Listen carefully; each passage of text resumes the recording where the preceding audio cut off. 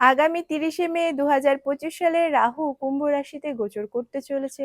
ফলে তুলা রাশির জাতক জাতিকাদের জীবনে কি কি পরিবর্তন আসবে। যেহেতু পঞ্চম ভাবে রাহুর গোচর হতে চলেছে তুলা রাশি, সেই কারণে এদের জীবনে একাধিক প্রেমের কিন্তু আগমন হতে পারে। প্রেম ভালোবাসায় ধোঁকা খাবেন এবং যাদের সন্তান রয়েছে তারা কিন্তু সন্তানের জন্য দুশ্চিন্তা বাড়বে।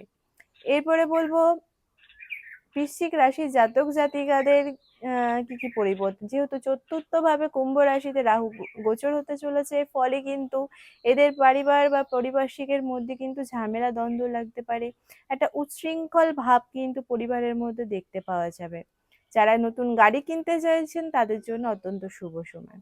এরপরে বলবো যাদের উম, ধনুরাশি ধনুরাশির জাতক জাতিকাদের কিন্তু এই সময় বন্ধু বান্ধব আত্মীয় স্বজনদের সাথে অনেক ঘোরাফেরা করবেন, ঘুরতে যাবেন, আনন্দে মেতে উঠবেন।